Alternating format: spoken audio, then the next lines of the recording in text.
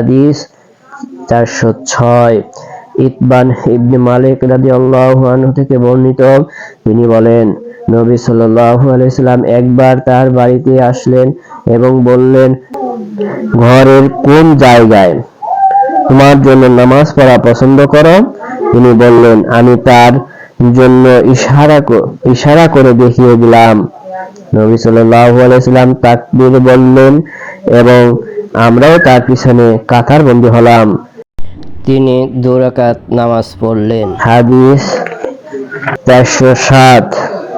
ইতবান ইবনে মালিক রাদিয়াল্লাহু আনহু থেকে বর্ণিত, তিনি রাসূলুল্লাহ সাল্লাল্লাহু আলাইহি ওয়াসাল্লাম এর সাথে বদরের যুদ্ধে অংশগ্রহণকারী আনসার সাহাবীগণের অন্যতম।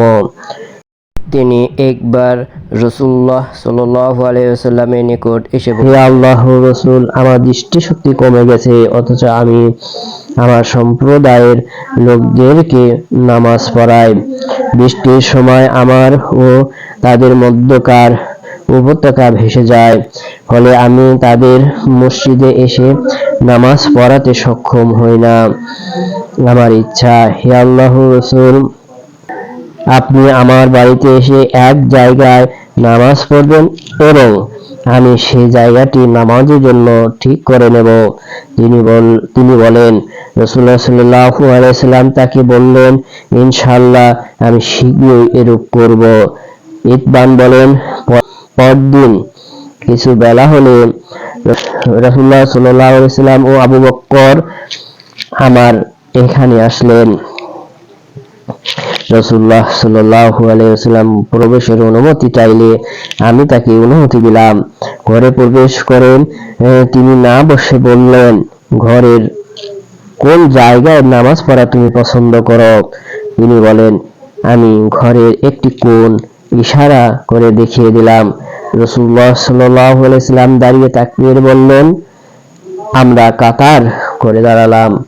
তিনি 2 রাকাত নামাজ পড়লেন, তারপর সালাম ফেরালেন।